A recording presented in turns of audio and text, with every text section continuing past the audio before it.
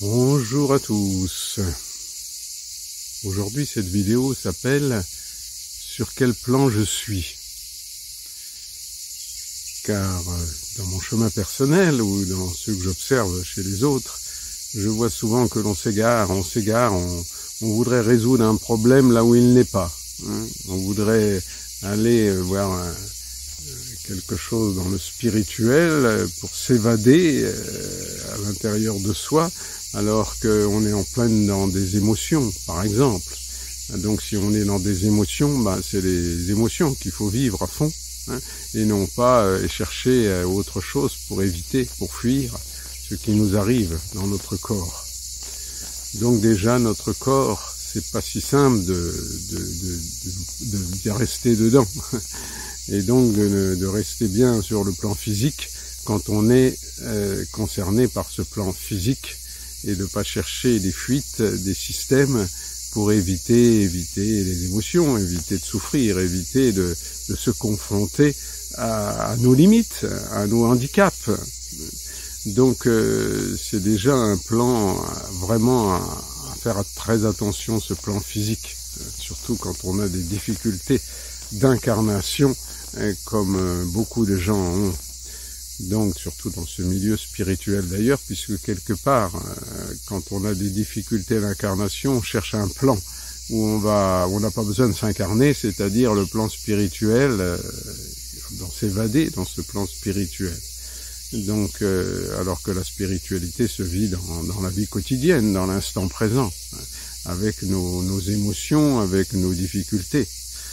Donc déjà, c'est déjà voir dans notre chemin personnel si on dépend de quelque chose, on dépend de quelqu'un, on dépend d'avis de personnes ou d'autorités différentes.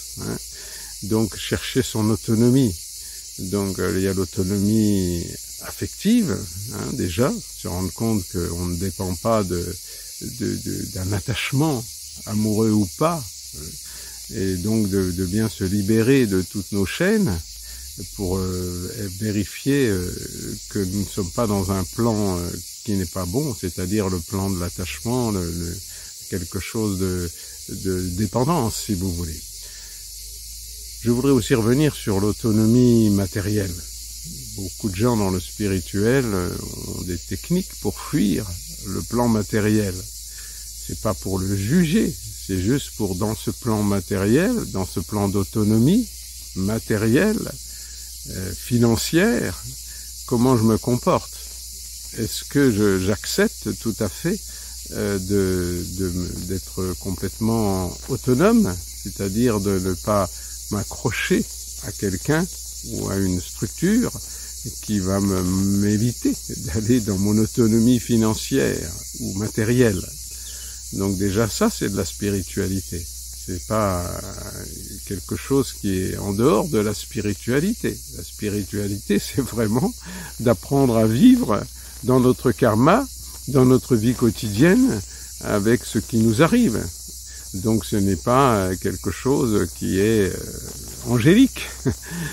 Même si on peut trouver dans tout ce côté matériel et financier quelque chose d'angélique, mais c'est vraiment un lâcher-prise total et un lâcher-prise de nos illusions de croire que l'on fait un vrai chemin spirituel en s'évadant dans des stages euphoriques, hystériques et magnifiques, mais au lieu de vivre sa vie quotidienne et de retrouver cette joie de vivre dans des difficultés quotidiennes.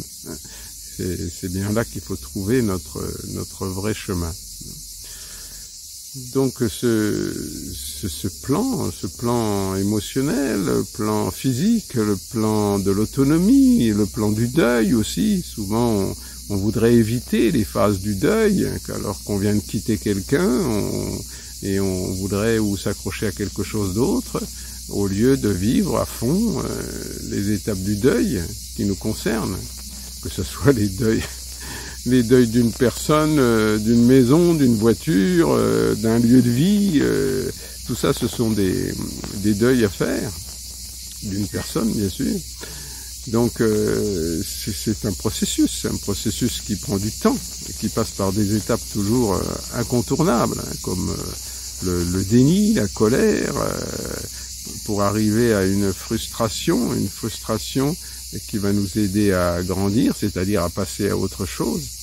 Et dans cette tristesse, dans la frustration, c'est là que nous vivons la fin de ce processus de deuil.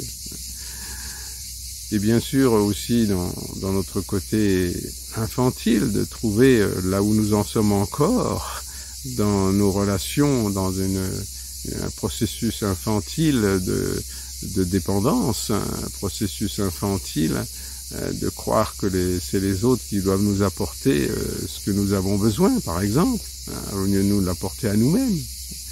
Donc vous voyez qu'il y a tout un chemin à faire pour savoir sur quel plan on est et vérifier chaque jour, chaque seconde, si on n'est pas dans un égarement ou en vouloir éviter un des plans de ce chemin intérieur si merveilleux, mais si compliqué aussi, et si plein de pièges, plein d'épreuves, et donc tout ce qui est l'évitement.